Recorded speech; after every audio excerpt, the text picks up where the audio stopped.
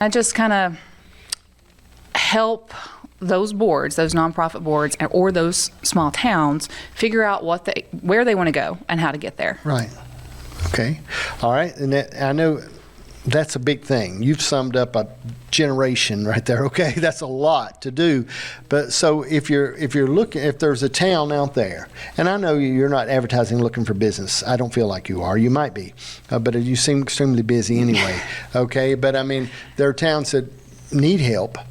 Okay, that don't know where to start. Mm-hmm. Now, first thing is, it takes money to have you. Okay, you can't just say, "Hey, man, how about zipping over here and giving us some ideas?" Because I think your knowledge is your currency. Right. Okay, it has to be, and a lot of times people forget that when they go to somebody and say, "Can you give me some advice on such and such?" When, if that's your job, that's like if you asked a doctor, "How can you tell me about this rash I have?" Mm-hmm. Well, I mean, yeah, he says if you come into the office and cover your deductible.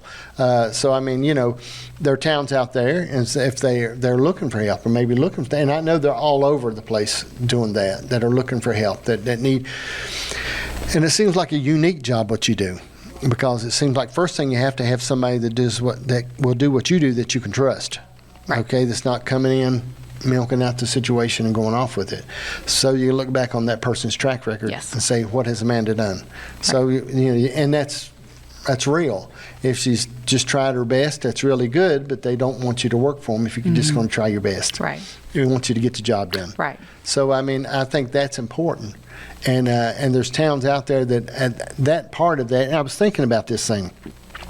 When you think about what inspired you and motivated you to start doing what you're doing, I mean, because I'm confident again that you're an entrepreneur, you're a business owner, you're all these different things that you could do, avenues of revenue.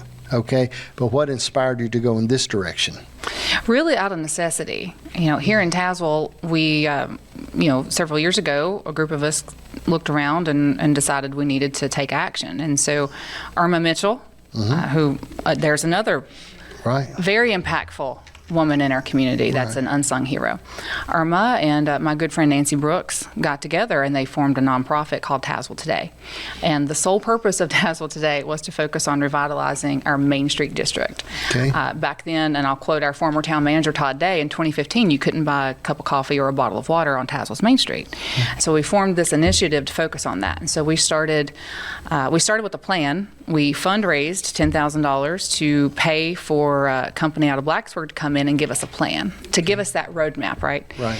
That was it was a huge community win. Everybody pulled together and raised this money. Right. So we got the plan, we started working the plan. One of the things was they suggested that we start doing cruise-ins. And that's when our pal Jackie Atkins enters the picture. Jackie was so instrumental in that. He brought those guys here. That you've been to our cruise-ins, they were very well attended. You were talking 200-300 cars on average.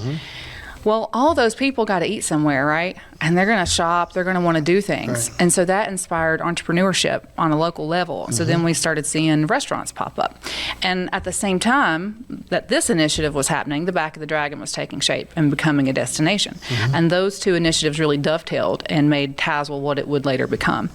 And so along the way, the town and Tazewell Today created a position for a executive director of that organization, and then they hired me to do that work.